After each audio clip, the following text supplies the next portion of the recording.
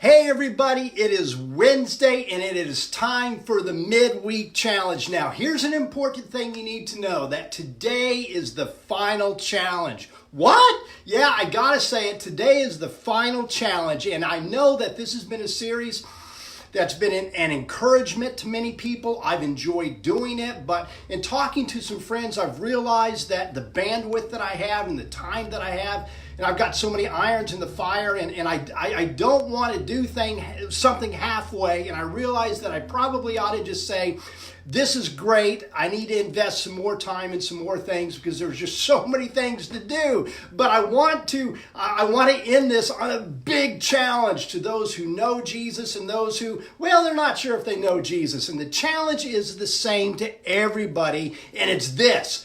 Just read it. Read what? Well, I'm talking about the Bible. And when we're talking about questions the past couple weeks, people have asked about that. Can you trust the Bible? Now, if you're a follower of Jesus and you already know why you believe the Bible, the challenge is this: to read through the Gospels between now and Christmas, Matthew, Mark, Luke, and John, and just read through it and see what God does in your heart. But can we trust it? That question. Well, here are a few things. Here's the first one. Consider the unity of the Bible. Here's what this means. You know, a lot of people talk with this idea that maybe the Bible was just thrown together over time. But when you look at the unity of the Bible, you look at Genesis all the way through Revelation, there's a theme that drives all the way through this about God's love and His creation and man's fall and redemption. But yet it was written over close to 2,000 years, a period of time, 3 different continents, 3 major languages, multiple authors with all these differences, but yet there's a unity to it. Consider the unity. Consider the prophecy, especially in the Old Testament. This is a big one, that there are over 300 prophecies for the coming Messiah, and Jesus Christ fulfilled every one of them. You can't find that in other literature. Consider the historicity, the archaeological evidences, things of that nature. I had a professor in Bible college who just about every summer he would go over to Israel and participate in archaeological digs. Historicity, that we can trust it. But here's the big one.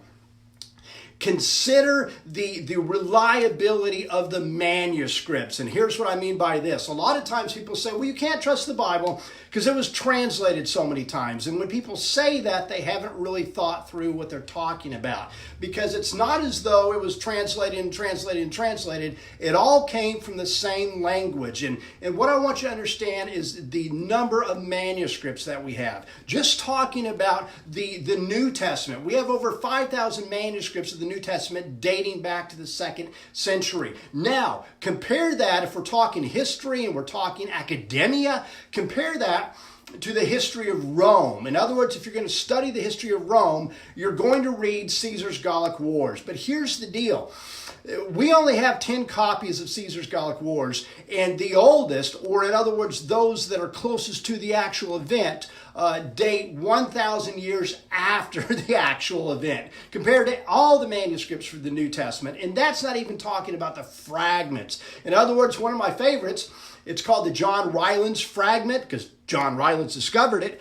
Piece of papyrus discovered in Egypt, section of the Gospel of John, dates within 70 years of the actual event. So consider the reliability of the scriptures, and consider the lives that have been changed. Thousands of people, millions of people over the years because they've met God. I just want you to know that you can trust the Bible as we narrow down the midweek challenge. And especially for you who say you're an atheist, agnostic, you're just not sure, I just want to challenge you. The same thing for those who believe in Jesus.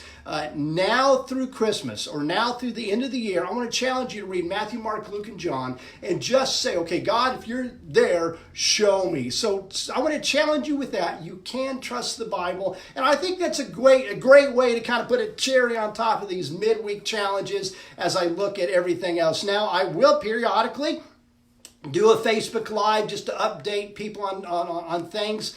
The Confessions book is still out there. The Audible version is still out there, and I'll be doing more writing, and I'll have more time to put more on the blog, kingdomology.com. I want to invite you to keep following Kingdomology subscribe to it and to share it with others. And then also you can send me your prayer requests. I pray about those issues. I care about those issues. So in summary, this has been fun. I just want to do it right. So I felt like, let's just say this was great and end it on this note. And with everything else, know that Jesus loves you.